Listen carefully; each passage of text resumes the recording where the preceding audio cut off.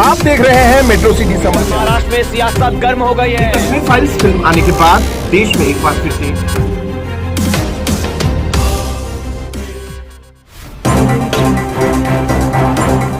नमस्कार, आप सभी का स्वागत है मेट्रो सिटी समाचार में। आइए देखते हैं महाराष्ट्र मुंबई की सभी बड़ी खबरें। पूर्व सांसद और भारतीय जनता पार्टी के नेता किरीट सोमैया की पत्नी मेधा किरीट सोमैया ने सिवड़ी कोर्ट में संजय राउत के खिलाफ मानहानि का दावा दाखिल किया है। मामले की अगली सुनवाई 26 मई को होगी। थाने के मीरा भाईंदर महानगर पालिका की सभा में आपस में भिड़ गई दो नगर सेविकाएं। जानकारी के मुताबिक किसी कामकाज को लेकर बातचीत हो रही थी और यह बातचीत इतनी बिगड़ गई कि नौबत मारपीट पर आ गई। हालांकि सही समय पर सुरक्षा कर्मी पहुंचे और बीच बचाव किया। मध्य प्रदेश सरकार ने सुप्रीम कोर्ट के निर्देश के तहत सभी प्रक्रिया पूर्ण की। मैं मध्य प्रदेश सरकार का अभिनंदन करता हूं। महाराष्ट्र की नकारा सरकार ने ओबीसी के राजनीतिक आरक्षण की हत्या की है। महाराष्ट्र सरकार सही समय पर ट्रिपल टेस्ट कर लेती तो यहाँ पर भी ओबीसी आरक्षण लागू होता। यह सरकार ओबीसी विरोधी है। यह सरकार चाहती ही नहीं है कि ओबीसी को आरक्षण मिले। देवेंद्र फडणवीस। रिजवान मर्चेंट ने कहा कि राणा दंपति ने कोर्ट का कोई नियम का उल्लंघन नहीं किया है। हनुमान चालीसा पढ़ने पर कोई रोक नहीं लगा सकता। यह हमारा मूलभूत अधिकार है। केस हनुमान चालीसा मातोश्री पर पढ़ने पर है, जिस पर हमने कुछ नहीं बोला है। कर्नाटक के बेंगलुरु में बीती रात हुई भारी बारिश के बाद सड़कों पर और घरों में जल भराव हुआ।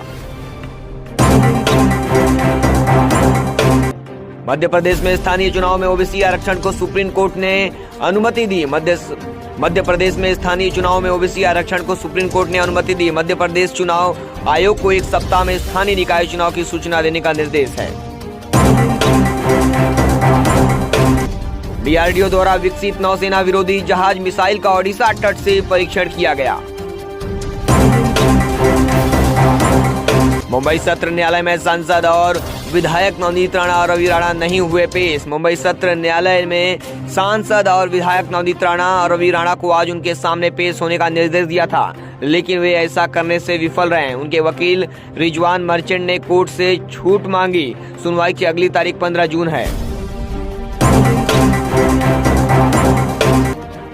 थाने की अदालत ने मराठी अभिनेत्री केतकी चितले को पुलिस हिरासत खत्म होने के बाद 14 दिनों की न्यायिक हिरासत में भेजा। महाराष्ट्र के थाने की अदालत ने मराठी अभिनेत्री केतकी चितले को पुलिस हिरासत खत्म होने के बाद 14 दिनों की न्यायिक हिरासत में भेजा है। केतकी चितले को एनसीपी प्रमुख शरद पवार के खिलाफ फेसबुक पर अपमानजनक पोस्ट साझा करने के आरोप में 15 मई को गिरफ्तार किया गया था। बीएसपी प्रमुख मायावती ने कहा, यह किसी से छिपा नहीं है कि बीजेपी द्वारा धार्मिक स्थलों को निशाना बनाया जा रहा है। इससे कभी भी हालात बिगड़ सकते हैं। आजादी के इतने वर्षों के बाद ज्ञानवापी, मथुरा, ताजमहल व अन्य स्थलों के मामले में षड्यंत्र के तहत लोगों की धार्मिक भावनाओं को भड़काया जा रहा है। भारत में फिर बढ़ी कोरोना की रफ्तार। एक दिन में सामने आए 1800 से ज्यादा नए मामले, 33 लोगों की मौत 24 घंटे में। केंद्रीय स्वास्थ्य मंत्रालय द्वारा सुबह जारी किए गए आंकड़ों के अनुसार संक्रमितों की कुल संख्या 4 करोड़ को पार कर गई है। पिछले 24 घंटे के दौरान कोरोना वायरस संक्रमण की वजह से 33 लोगों की मौत हो चुकी है। इसके साथ ही देश में अब तक कोरोना से कुल मौतों का आंकड़ा भी 5 लाख को पार कर चुका है। मंत्रालय ने कहा कि सक्रिय मामलों में कुल संक्रमणों का सिर्फ 0.04% शामिल था। कोरोना वायरस के संक्रमण से ठीक होने की दर यानी नेशनल रिकवरी रेट 98% से ज्यादा है। पिछले 24 घंटे के दौरान एक्टिव केस लोड में 753 मामलों की कमी हुई है। वापी मामले के बीच एक और बड़ी खबर आपको बता दे। हिंदू संगठनों ने अब दिल्ली की जामा मस्जिद पर ठोका अपना दावा। कहा, सर्वे कराने के लिए जाएंगे कोर्ट। हिंदू संगठन ने अब दिल्ली की जामा मस्जिद पर ठोका अपना दावा। बाबरी का मामला सॉल्व हुआ तो ज्ञानवापी शुरू हुआ। ज्ञानवापी के बाद मथुरा, मथुरा के बाद ताजमहल, कुतुब मीनार। अब हिंदू संगठनों ने दिल्ली की जामा मस्जिद पर ठोका अपना दावा। कहा, सर्वे कराने के लिए जाएंगे कोर्ट।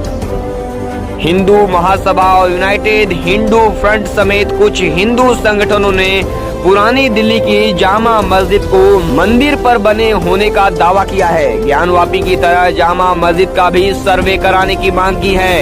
यह संगठन कोर्ट में जाने की तैयारी भी कर रहे हैं। बड़ी खबर आपको बता रहे हैं मेट्रो सिटी समाचार पर। हिंदू संगठनों ने अब दिल्ली की जामा मस्जिद पर ठोका अपना दावा। असम में बाढ़ का कहर, 24 जिलों में 2 लाख से ज्यादा लोग प्रभावित, अब तक 7 की मौत। केरल में भारी बारिश का अलर्ट। देखते ही देखते भारी बारिश के चलते असम में पूरी रेलवे ट्रेन पलट गई। देखिए तस्वीरें।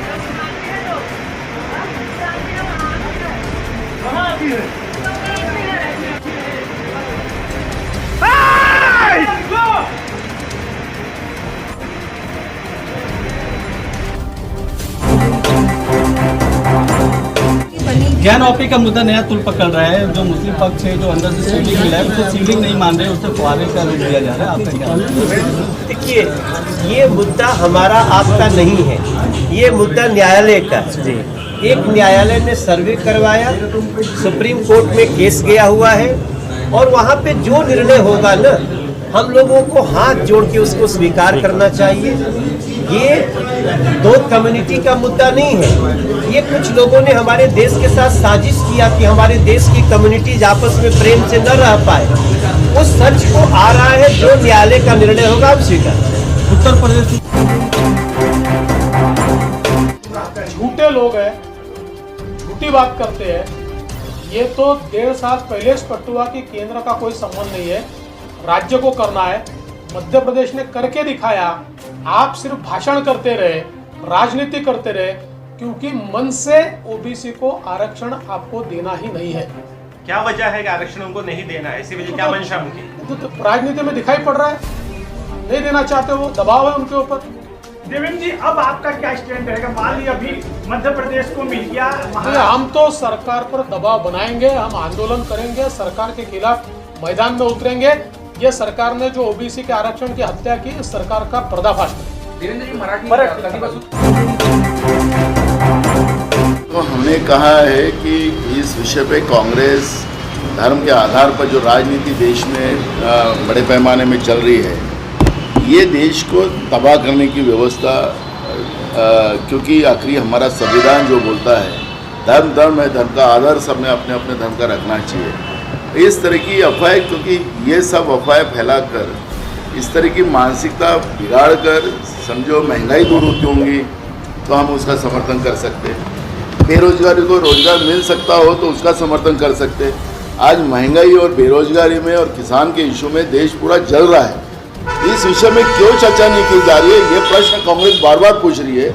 और ये जो केंद्र में बैठी हुई सत्ता में जो देश को बर्बाद कर रहे, देश को 50 साल पीछे किया है, वो इस तरह के धर्म के आधार पर देश को तबाह करने की जो व्यवस्था बना रही है, कांग्रेस उसका हमेशा विरोध करेंगे। क्योंकि देश में हमें महंगाई कम करना पड़ेगा, देश में हमें बेरोजगारी दूर करना पड़ेगा। किसान का इशू हमारे लिए, अन्नदाता का इशू हमारे लिए सबसे बड़ा महत्व का है, गरीबी हमारे लिए सबसे बड़ा इशू है और इस विषय पे चर्चा होना चाहिए।